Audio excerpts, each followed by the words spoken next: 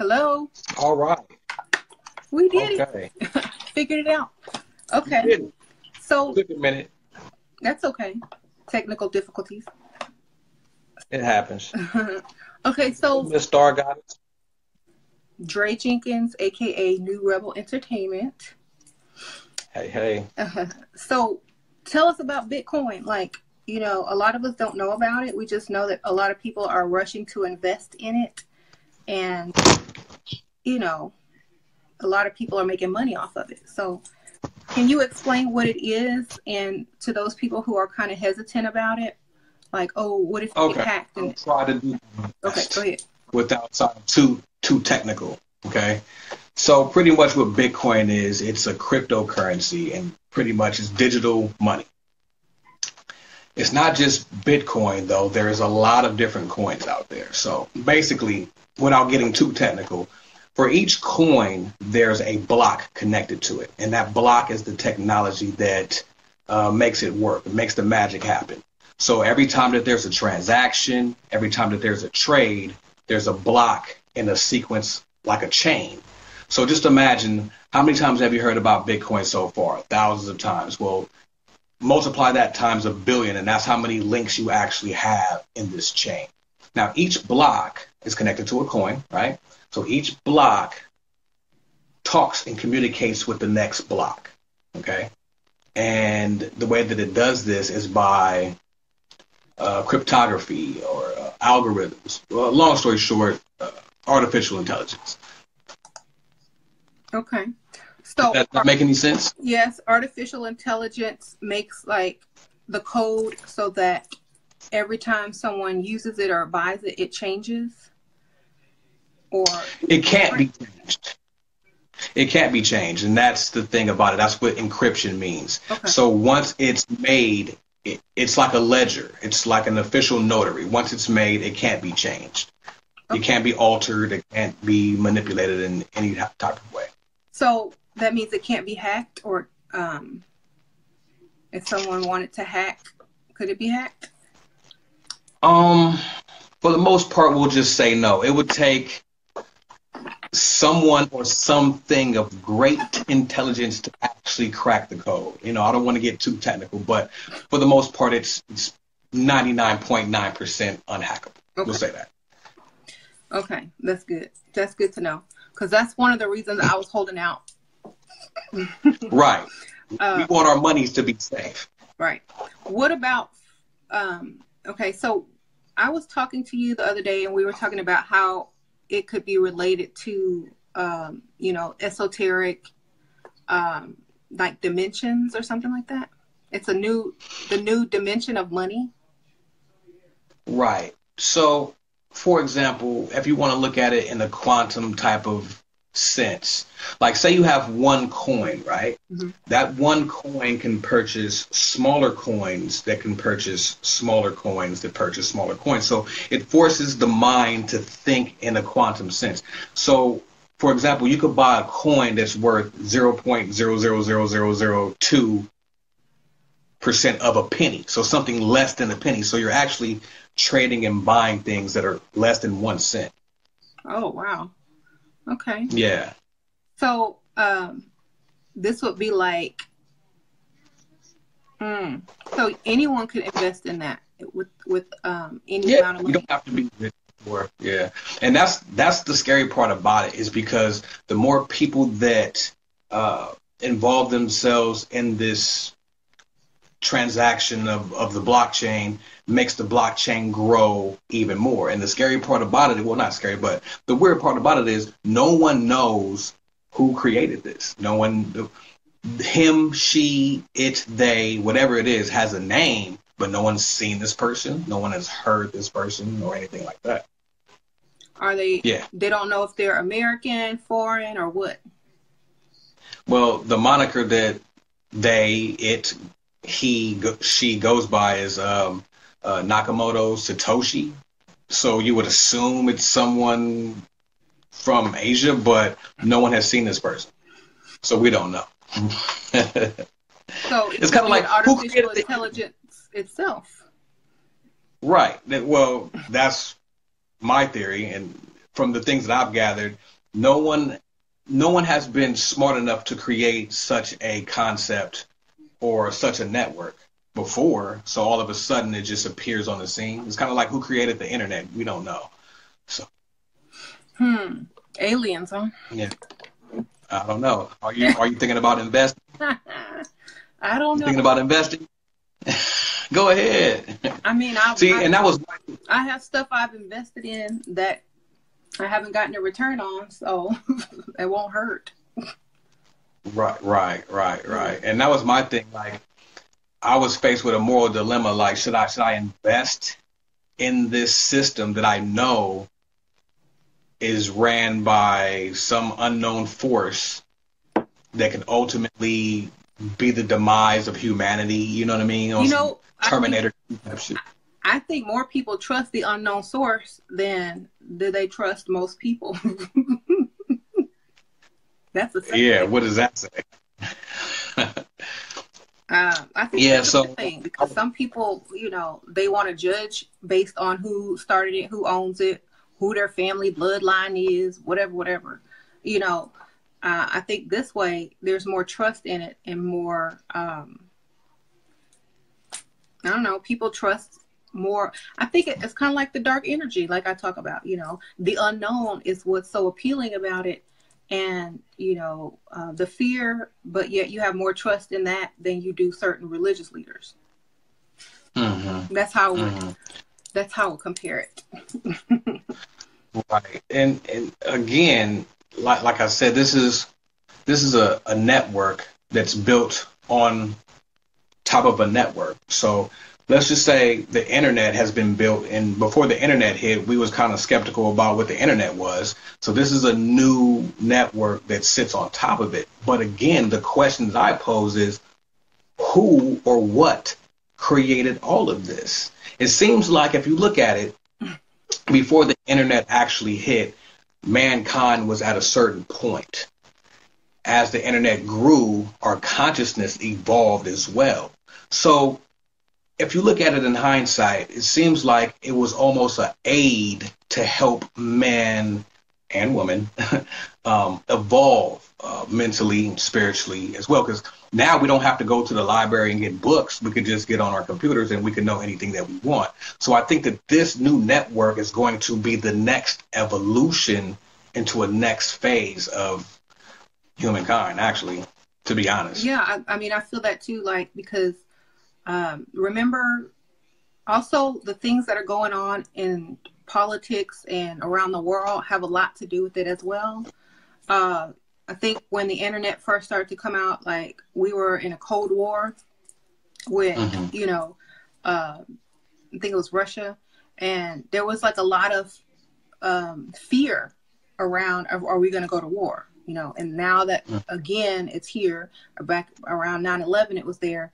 And, if you read the Emerald Tablets, it talks about when missiles and these type of talks of war come up is when the aid of, some other beings come and give humanity that extra knowledge to evolve them further.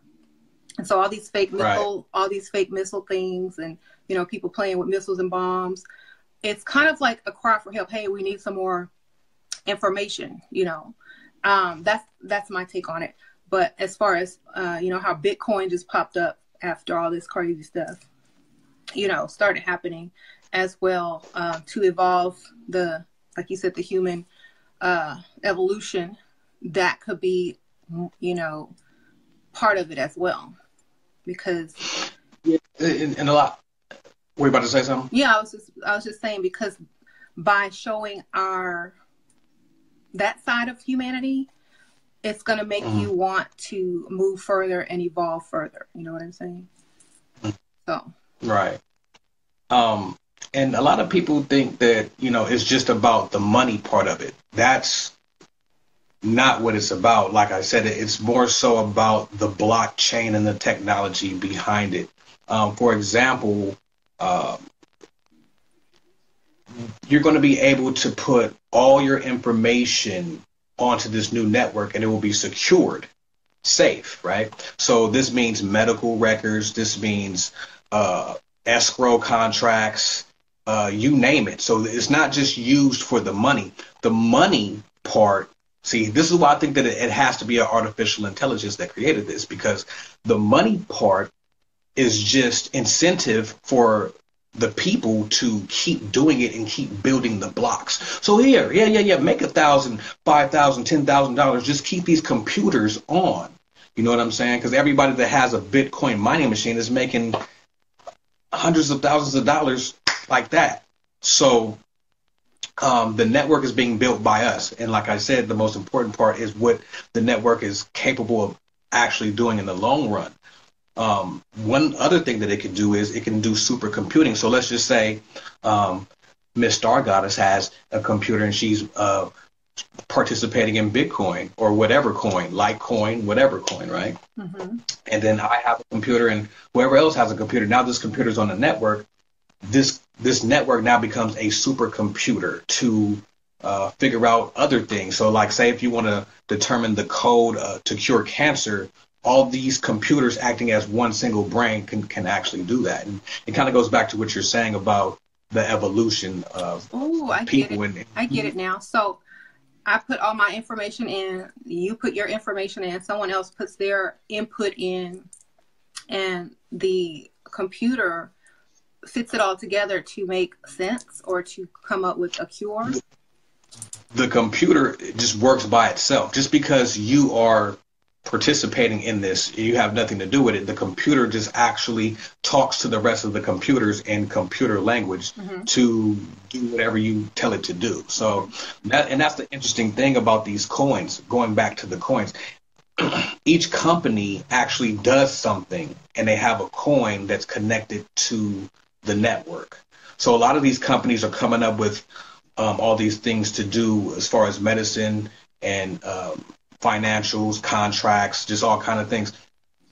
One of the, I don't want to keep saying scary, but I hate to use that word, but there's a company called AGI, and they are the company that is responsible for the Android robot, Sophia, the artificial intelligence robot. So they actually have their own coin as well. And if you remember, that robot just got her citizenship in Iran. So for a robot to have a citizenship, you have to ask yourself, why? Are they going to put the robot to work? More than likely. Now, remember, this is a computer person. So if this computer person who has a coin inserts herself into the blockchain network, what is that ultimately going to do? Who controls her? Who controls all this money that everybody is putting into this blockchain? It just poses more questions that need to be answered and people aren't really talking about it. So that's kind of why I'm glad that we're talking about it now. Yeah. The whoever controls it is hidden. And I think, like you said, money is the motivation. So that's where people are going to run to. But in the end, or, you know, is it going to be good or bad? Or both? I don't know. Or both. We are in 3D. We are in 3D Earth, so it has to be both. Right, and just like I said, if you have all your information that's already on this network, what's the next step? Hey, you guys, you see that the blockchain works, right? Yeah, the blockchain works. Okay, so instead of using your computers here, just take this chip. It's going to make it a lot easier. All your information is on it. It's safe. You trust it, right? See, that's the thing. They make you believe and want it so you don't fight it.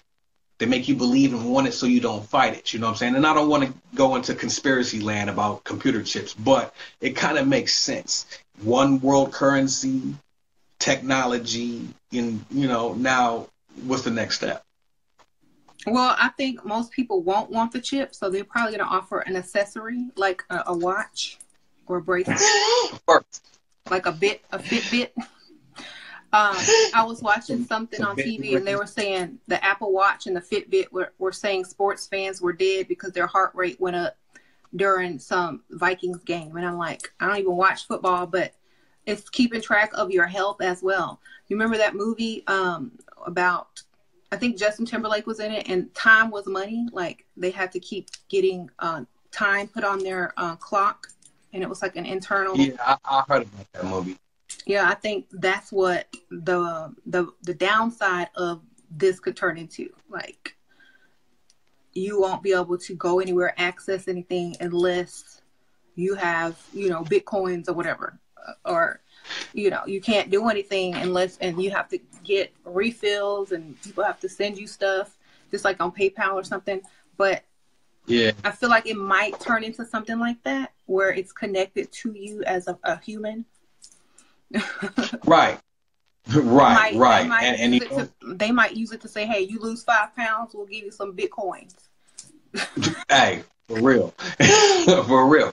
And you know what's even funnier than that is, like, me personally, since, like, I dove in. I was leery of it, but I was like, listen, I see all my friends, they're making money, why miss out? So I dove in, still having my precautions about it. But I will say this, me being, the type of metaphysical mind that I have, I found it being a distraction. You know what I'm saying? Like I stopped pondering on life concepts so much and start worrying about this money. So, like, for example, last night I was having dreams of cryptocurrency. Now, remember, I was telling you that there's more than just Bitcoin. There's all kind of coins. But here's the thing. Each coin has a symbol that's attached to it. So as I'm doing research, I'm constantly looking at these symbols. These symbols start appearing in my dreams, which couldn't be good because they're not my symbols. You know what I'm saying? They're somebody else's symbols. So again, here's the technology almost infusing into the psyche. Mm-hmm. You know what I mean? Kind of infusing itself into one's psyche. And it, like I said, depending on what part of the spectrum that you favor, it could be a good thing, it could be a bad thing. Back to getting the chips or whatever. What's the next step? Bionic arms. Now you're a cyborg. It just has the potential to keep growing, and right now we're at the cusp of it. This is a very, very interesting time because we don't know what this is going to do. We've never seen this before. This is all uncharted territory. Well, if we look into sci-fi, because every time you see an old sci-fi movie, you see modern technology that we have today. So look into the sci-fi, and you can probably see a lot of people are enhanced robotically. Like in Cloud Atlas, Halle Berry had all the little things on her face. You can see a lot of people have the ability to do certain things that we're seeing being developed now. So I think, they're going to start to give you things to add on to you, and then they're going to offer it to be, surgically input into you. Like, for example, contacts. Stickers or accessories. Jewelry is going to be the next thing. And they already have, those cameras you can put in necklaces and stuff. So I think the next thing is going to be, like you said, inserting something into your body. They're going to advertise it like, oh, you can swim with this. And when you travel, you don't have to take it off. And, right. They're going to start implementing it like that. But like, that's what I said on that movie about the time. If they have something inserted in your body and they want to stop your heart, steal your organs and all that stuff, they can just do it. They could just say zoop, and you can be like, just drop dead. So cut it off. That would be my limit. Even an accessory that you always wear, even a phone. Shoot, a phone could explode. I mean, we're almost already there anyways. I mean, how often do you leave your phone from by your side? Not very often. It's right here. I'm filming with it. That's exactly how we're doing this right now. Exactly. So, I mean, even taking it a little step further than that is, ultimately, this could be the 0 point, or even the next step in our evolution. What if not what if, I'm pretty sure they already have this, but have the ability to insert your consciousness now into, you know, a robotic machine shell. You know what I mean? So, I mean, this is just the precursor of all this, you know what I'm saying? And again, not to fearmonger. That's not what I'm trying to do. But I'm just saying, thinking about the possibilities, this is just the start of it. You know, we're ranting and raving about Bitcoin, which is down today, by the way. I just don't think that that is even what it's about. I think it's a lot darker than that. Yeah. So you're going to go ahead and invest, huh? I don't know. I'm invested in other things, and, you know, it seems to be going fine for me. But if I do invest, I'll keep all that stuff in mind, and that's probably, I don't know. But it seems like they're going to require a lot more in the future, especially for jobs, you know, signing up for anything online, buying stuff. So eventually people are going to have to fall into it, but hopefully there'll be a balance, you know, like there is with the internet. You got the dark web, and you got people researching things and learning from it as well. So hopefully it will be dual, just like most things are, and we don't really have to be afraid too much. You know, I like to see it like that, but it is a scary thought that could happen. You don't know what's behind it, and it's so successful already. People are rushing to invest and just hop on because, oh, you know, you're making a lot of money. That it reminds me of back in the old days when, you know, AOL was first available to people, and they had that messenger chat line, and they used email and chat to get people in, you know. Right. Or you can talk to someone from, you know, you can send an email in like 2 seconds and they'll get it. You can send pictures, you can chat. You know, people were excited about that. That's what drew them in. It wasn't money. It was connection to other people. And now that we're connected to everyone, like we're doing now, like talking right here, you know, this would have been like, you know, people would have rushed so they can have something like this. And now it goes back to money. Right. Because now we're all, and like I said, was that? I said, because now we're all connected. So what else could it go to? Money, right?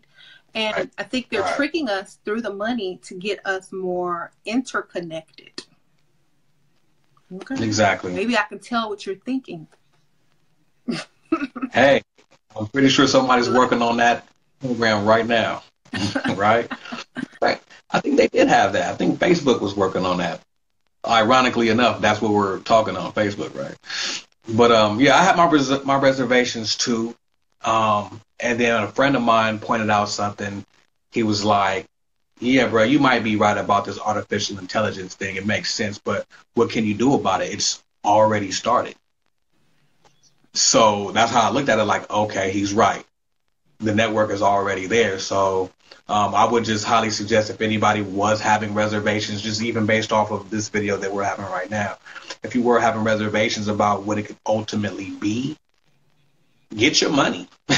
Don't play with it. Stay with it. Get your money. I'm seeing it like dark energy. It's like the source, but the source doesn't have to create what we want. We create, you know, through dark energy, through manifesting, through word, and we don't know where it came from. It just comes down. That's the same thing. Exactly. So that's what I'm going to say. Yeah, fearing this is like fearing the source or the unknown. Right. That's what I was going to say. Use this as a way of manifestation. A lot of people think that you're just going to sit here and say, or I'm going to just will something to happen. Yeah, that's the first step. But there's actually things that you have to actually go out and do to make the universe surround around you. You have to move. You can't just sit in your room and expect $1 million to fall in your lap. Even if you do manifest it towards you, there's actions that you have to take. And that's what I was going to say. Use this as that. Mm-hmm. You know what I'm saying? Because that's what I'm saying. It could also be the merge between the physical and the mental and the spiritual. Because like you said, those blocks keep connecting. That's the same thing as like when you manifest something, and every step or positive thought you have is bringing it closer to you or building it in a way. So it could also be a merge as well, like you said, human evolution, merging mind, body, and spirit. Exactly. See, you get it. I get it, but like I still, like you said, people are wary about it because they don't understand it yet. And that's the same thing that a lot of people, you have to learn about it first before you can step into it comfortably. Right. Because, you know, it doesn't work if you're not comfortable with it. You might pull stuff pull out too soon and be like, well, start scaring people and, you know, being like you said, a fearmonger. So that's why I haven't done anything yet, because I really didn't know anything about it. Mm-hmm. Yeah. I like what you did on the in the group about the manifesting a gift type thing. That was nice. I just look at it like this is part of that. You know what I mean? This is a gift from somebody for us to do what we need to do. Depending on how long you think this planet in the physical form has been here, I believe it's time for a shift. You know what I'm saying? I think it's time for a shift.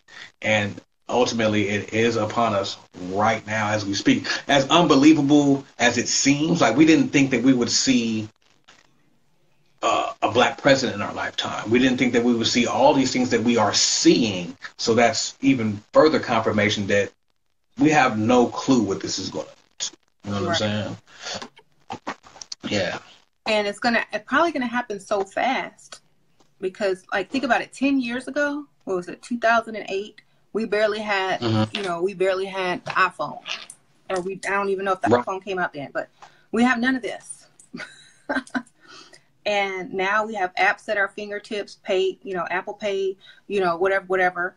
And just think, in 10 more years from now, what we're going to have. Exactly. There used to be a law as far as technology is concerned called Moore's Law.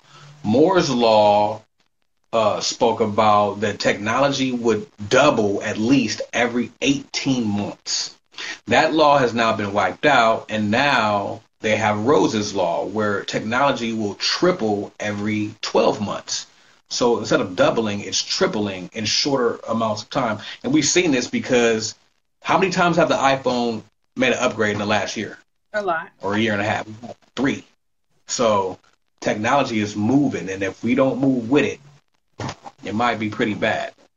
Mm-hmm.